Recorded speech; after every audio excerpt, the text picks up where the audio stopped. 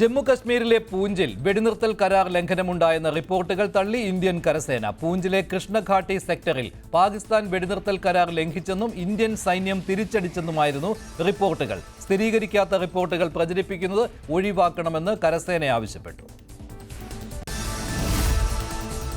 ആലപ്പുഴ ചേർത്തല പള്ളിപ്പുറം സ്വദേശി സെബാസ്റ്റ്യൻ പ്രതിയായ തിരോധാന കേസുകളിൽ മൃതദേഹങ്ങൾ കണ്ടെത്താൻ ശാസ്ത്രീയ പരിശോധന. ബിന്ദു പത്മനാഭൻ തിരോധാന കേസ് അന്വേഷണത്തിനായി ക്രൈംബ്രാഞ്ച് ആവശ്യപ്രകാരം national centre for earth science studies സംഘം ആലപ്പുഴയിലെത്തി. ക്രൈംബ്രാഞ്ച് ഉദ്യോഗസ്ഥരുമായി സംഘം ചർച്ച നടത്തുകയാണ്. ഗ്രൗണ്ട് പെനിട്രേറ്റിംഗ് റഡാർ സംവിധാനം ഉപയോഗിച്ച് സെബാസ്റ്റ്യന്റെ വീടും പരിസരവും പരിശോധിക്കും.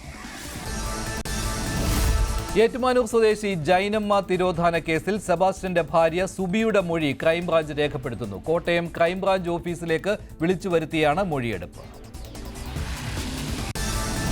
ധർമ്മസ്ഥല കൂട്ടക്കൊലപാതകത്തിലെ പ്രാഥമിക പരിശോധനാ ഫലം പുറത്തുവന്നു. മാർക്ക് ചെയ്ത സ്ഥലത്ത് നിന്ന് കിട്ടിയത് മനുഷ്യ അസ്ഥികൂടവും തലയോട്ടിയുമാണ്. 13ാം പോയിന്റിൽ തെരച്ചിൽ. കൂടുതൽ സ്ഥലങ്ങൾ പോയിന്റ് ചെയ്യുന്നതിൽ ഇന്ന് തീരുമാനമെടുക്കും.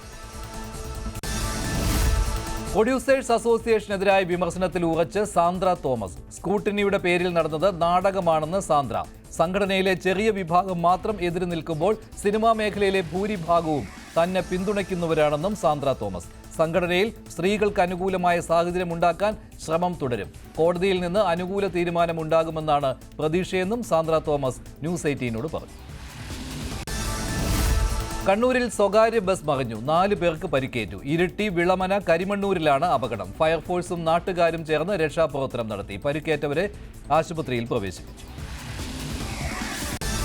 കോഴിക്കോട് ബാലുശ്ശേരിയിൽ ഭർത്തൃവീട്ടിൽ യുവതി ആത്മഹത്യ ചെയ്തതിൽ ദുരൂഹതയെന്ന് കുടുംബം. ഭർത്താവിന്റെ വീട്ടുകാർ മരണവിവരം അറിയിച്ചില്ലെന്നാണ് ആരോപണം. ഭർത്താവിന്റെ അമ്മയുമായി ജിസ്നയ്ക്ക് പ്രശ്നങ്ങൾ ഉണ്ടായിരുന്നുവെന്നും ഭർത്താവ് മർദ്ദിച്ചിരുന്നുവെന്നും കുടുംബത്തിന്റെ ആരോപണം. എന്നാൽ ആരോപണം തള്ളി ഭർത്താവ് ശ്രീജിത്തിന്റെ ബന്ധുക്കൾ. സ്നേഹത്തോടെ ജീവിച്ചിരുന്ന 2 പേരും തമ്മിൽ വഴക്കോ സംഘർഷമോ ഉണ്ടായിരുന്നില്ല. കണ്ണൂരിലെ സ്വന്തം വീട്ടിൽ നിന്ന് മടങ്ങിയെത്തിയതിന് തൊട്ടു പിന്നാലെയാണ് ആത്മഹത്യയെന്നും ശ്രീജിത്തിന്റെ ബന്ധുക്കൾ.